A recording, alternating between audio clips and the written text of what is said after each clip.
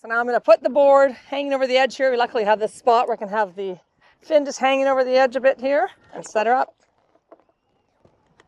And I've got my oar board. I'll just roll right up beside the board to start building it on top. First on top, you're going to find your 2-part oars. Awesome bag with 4 compartments. Velcro at the top that holds each piece of the oars for you there. Put those to the side for now. And we'll take our pieces of our oar board out. We've got struts. They all have the knobs and screws already in place of where you're going to need them once you undo them to build it. Your seat and your foot plate are both there already. Now this has extra straps in it we've brought along the trip because we've come a long way for this video. Now your base will be locked in place as well. You'll undo that. And then you can lift that right out with your sliding rigger piece right on top. You don't have to even attach that. It's done for you. So your seat end is going to go towards your bow. And I'm going to put this on the second spot. So I'm just going to line it up right there like that. We can always adjust that as we get to the straps. So let's start with the seat and the foot plate, and then we'll do the struts next.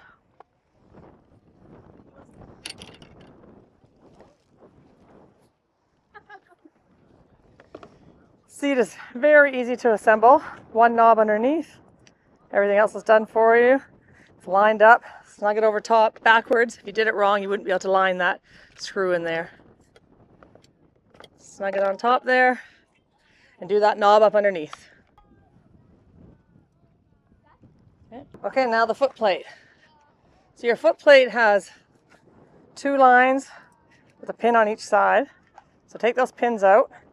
And then you're going to pick your spot. It's done on your leg length, so there's no exact telling you which is going to be best for you.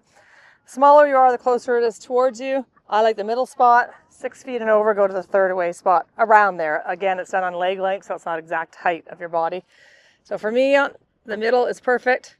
I'm almost 5'8", so right around there. Okay. And you might get on it and find you want it a little further away, and that's part of rowing it to figure that out. Both pins are in place, that easy and snug. Now here's your foot stop. These are both tightening around your feet when you get in. I'll show you that in a little bit. But it does also come with an extra ankle release as you're learning to row. It's totally up to you if you use that or not. This will pull open, once your feet are in here, and this is a little wider and everything, it'll pull open both feet if anything was ever to happen. That's an option for you there. You have that in your foot stop going up to your calf and around your calf. I've been rowing for years, so I have quite a lot of faith that I will not be flipping on the oar board. So I do not use this, but it's there for everyone to use if they'd like to when they start off, or just because they want to have it the whole time. Either way, I'm going to put it in the bag. Okay, then we have our 2 struts. So they come pretty well assembled.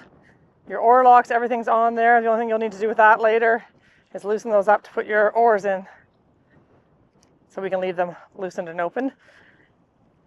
All the knobs, I keep them on there so I know where they are the next time you build it.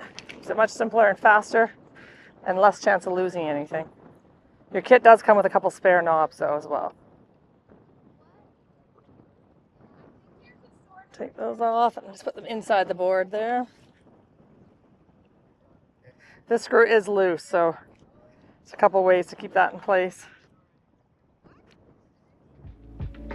With it being that loose, I can just use my thumb while we're starting off, and I'll do the same on the other one.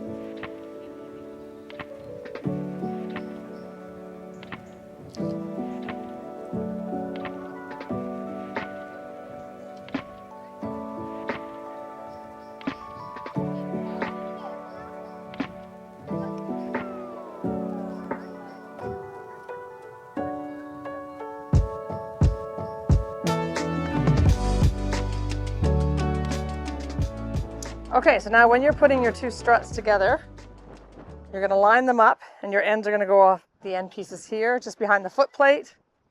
I'm going to kind of kneel on the board to give you a close look and push this rigger away so you can see exactly what I'm up to here. Okay, I have all the screws taken off. We have this black connector piece in here. Let's put those 2 together and line them up nice and straight.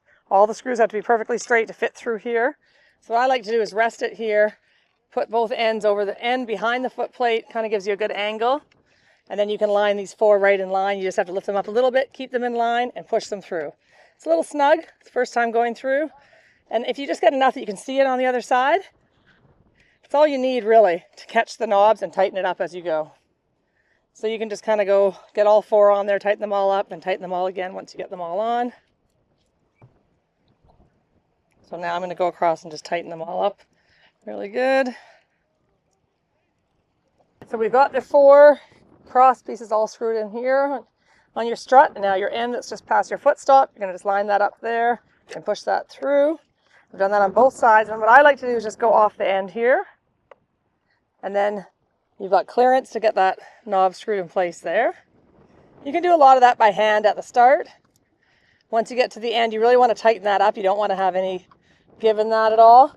So you've got just a little flathead screwdriver here, and I usually just hold that in place there and turn with the knob until it's tight. And that's it. You do that on both sides.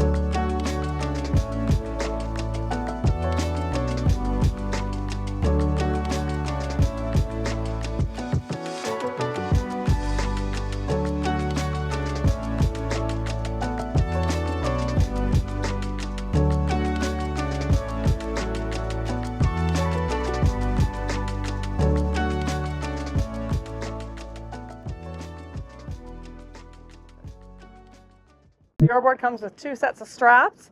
With our paddleboard included, you're going to get a short set of straps. Each are wrapped in a green band.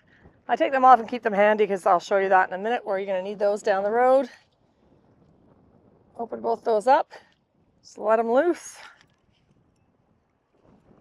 And now I'm going 1 back. There's 3 positions on the 13-4 Adventure. If I have a little bit more weight or I just want to get a little bit rougher water, 1 step back's a nice spot. It really depends on what you're doing. I usually put gear on the back, so I'm used to going 1 step back just to balance the board out. So those 2 options are pretty close. The 3rd option is all the way down to the end, and that would be if you want to stand up paddleboard and keep your rower on deck, which is a cool option to have. Okay, now with the straps. If you come in close here and take a look, this has a little click that's going to go on the back of itself. Kind of see that, maybe even hear it. We want to click it on the back of itself. So you're starting with that flipped on the back of itself inside the paddleboard. Like that. You've got that little black foam there. You're going to set it right on there. Keep your strap flat. Don't let it twist. Come through. You're going to go over your D-ring here and back inside. So I'm going to do that slowly for you to see. Pull all that out. Straighten everything out here. Then I'm going to feed it back in underneath the material and all the way across the board again over to this D-ring. Now here's your chance as you're doing this to make sure everything's kind of lined up. You're going to be right in between the black lines. There might be a tiny bit of yellow showing on either side. Feed this across. Again, keeping everything straight. Don't let it twist. There we go. Now when I'm feeding this back in here, I kind of want this buckle to be all the way over to the oar board here, like that. Because once we flip it back over, it's going to flip over here and lock up right in the center of the board over this pad so it won't slip around at all. So I'm going to feed that through underneath, closest to the big buckle part. 2nd spot in, back through the other one, and that's it. You'll see it wrapped over that middle bar there. And I'm going to kind of, again, move it back a bit, get some tension on it, keep moving it back so it's exactly where I want it to be. Flip it over with force, just enough that's strength for your own hand, clips back down in place. Then you've got that extra strap. I'm going to feed that through to the outside here. And then I was telling you about that extra oar board band. Right here, I'm just going to roll this up. It's not too much at this part, but it's kind of nice not to have it hitting the water. You've got your oar board band, wrap around there, and keep it out of the ocean. Same again at the other end of the oar board.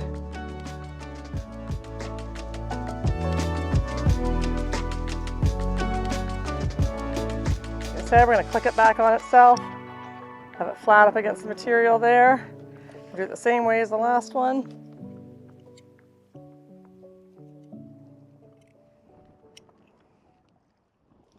Feeding it through. It's narrow at this part, so you're going to have a little bit more strap to deal with. So just, you're going to come up over your D-ring, underneath.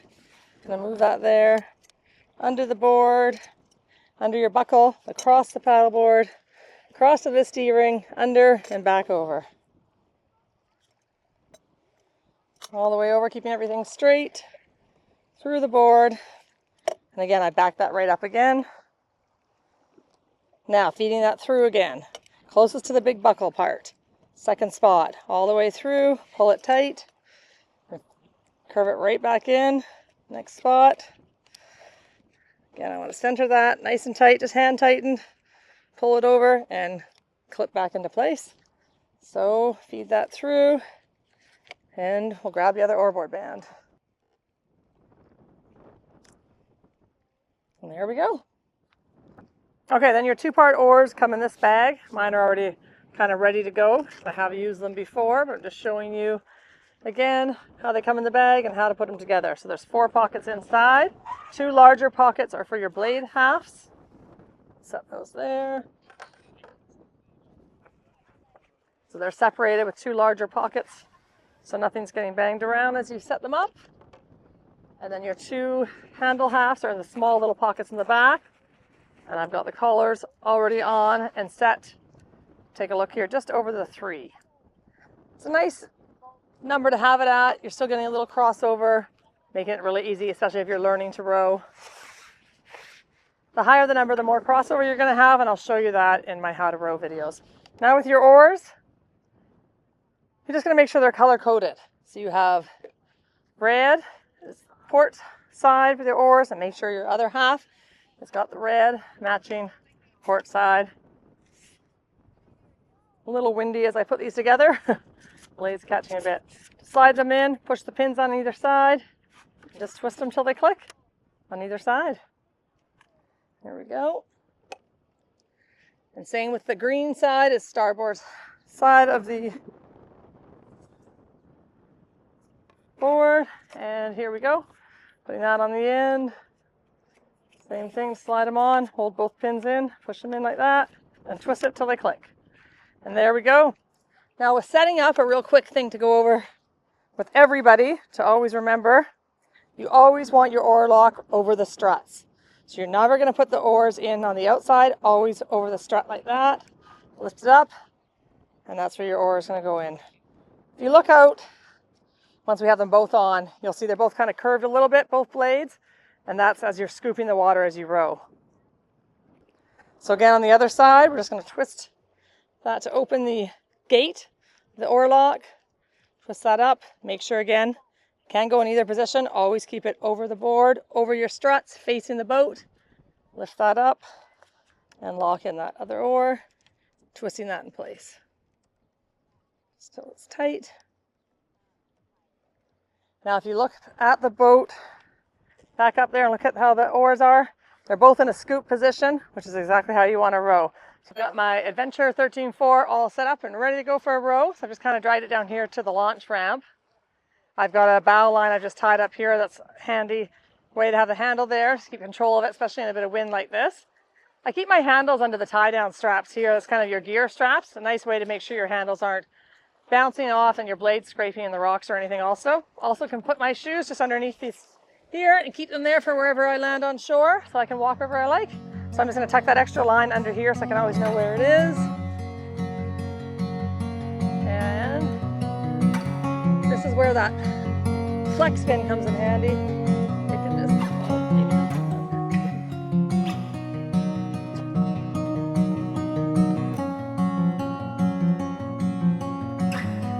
okay, so I'm going to hop on and head out to the breakwater.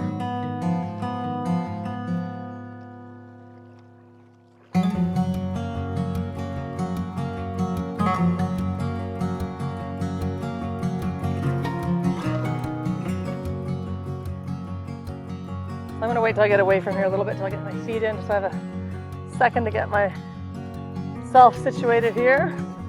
Once I get away from the edge there, I'll get my feet in, stop rowing for a second, but kind of nice to get going a bit first.